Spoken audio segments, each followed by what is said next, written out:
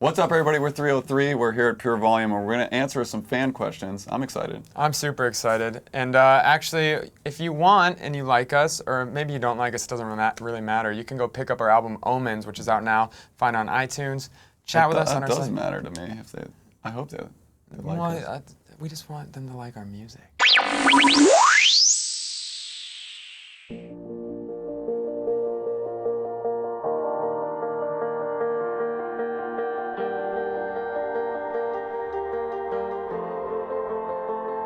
Okay, let's answer actually some fans' questions. All right, the first one.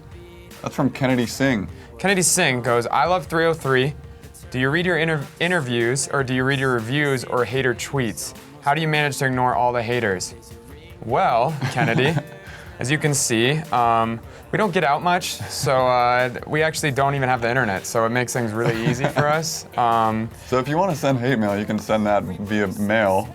Yeah, should we give them the address? P.O. Box? Yeah, we have a P.O. Box, 6555X, that's a made up one. But please, that would actually be great. I would love to get a hate mail written. Back in those days, that's gratifying. If someone literally takes the time to write you a letter about how much you suck, then I respect that. It's true. Twitter's too easy these days. Thanks for the question, Kennedy. Thanks, Kennedy. There we go. You're gonna pick that up after? Yeah, I clean up here after I vacuum and stuff. So, Annika Coops, which is a great name. Yeah. How many tattoos do you have, Sean? Can you show the camera your pigeon tattoo? Which is your favorite? Nat, do you have any tattoos?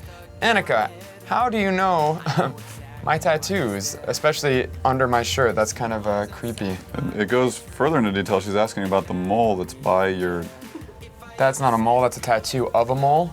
And I did it as a fashion. Let's see your pigeon tattoo. All right, let's see. How can I do this without messing up the microphone and everything? I think you're all right.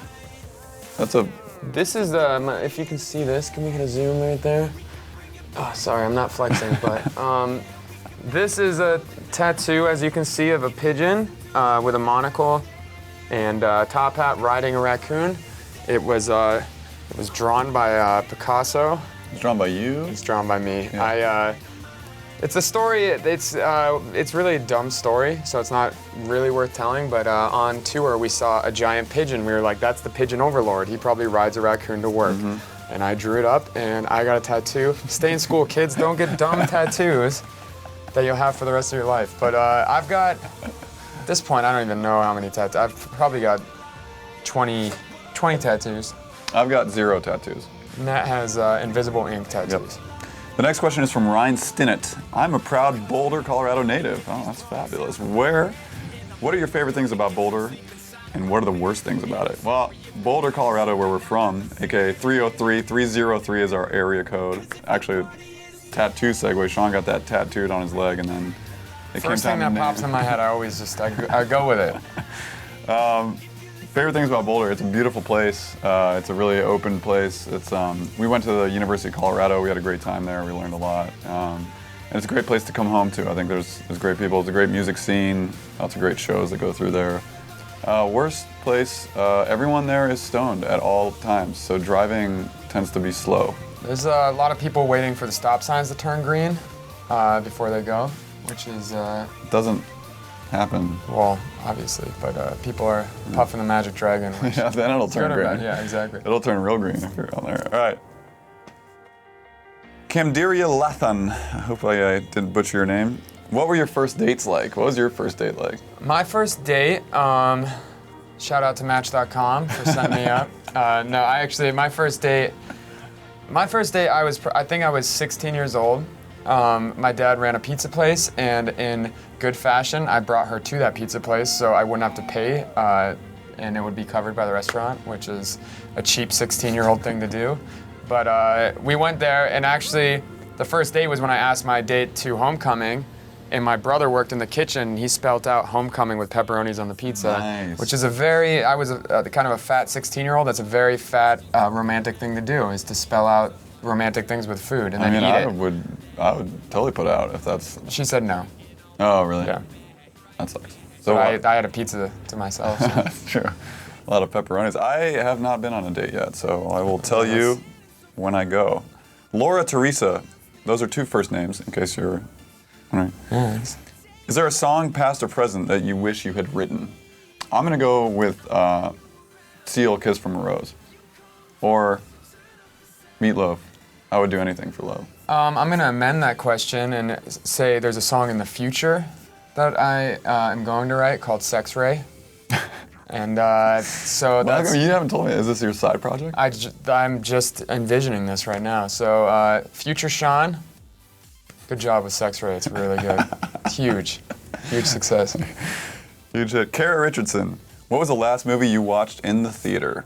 I saw a movie by, a Tom Cruise movie called Oblivion, actually, that our buddy Joseph Trapanese scored. He did the music for it with Anthony from M83, so that was... Funny fact about Joe, he did a song with us on our album called Omens, a song called Do or Die. So that was awesome working with him. The one I saw was Star Trek, which was really awesome. Live long. Can you do the thing where you go like that and then that?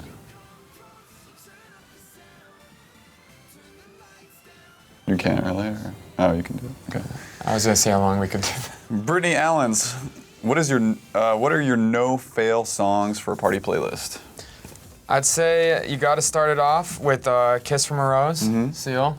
Go straight into Space Jam, I Believe I Can Fly. Then you listen to Stephen King, The Stand on tape. You go from that into what are we looking at? You go into Pink Floyd. The Wall. The Wall, and then you top it with Who Let the Dogs Out? By the Baha Men? The Baha Men. If anyone's still there, I don't know. Rest in peace. My parties are pretty weird. The Baha guys are still alive. Yeah, they're around. Okay. I mean, their dogs aren't, but That's sad. Those dogs are probably dead. Someone might have rescued them. I don't know. No, it's been 15 years since they did that song. Oh, their dogs are actually, yeah. That's weird to think about. Sad.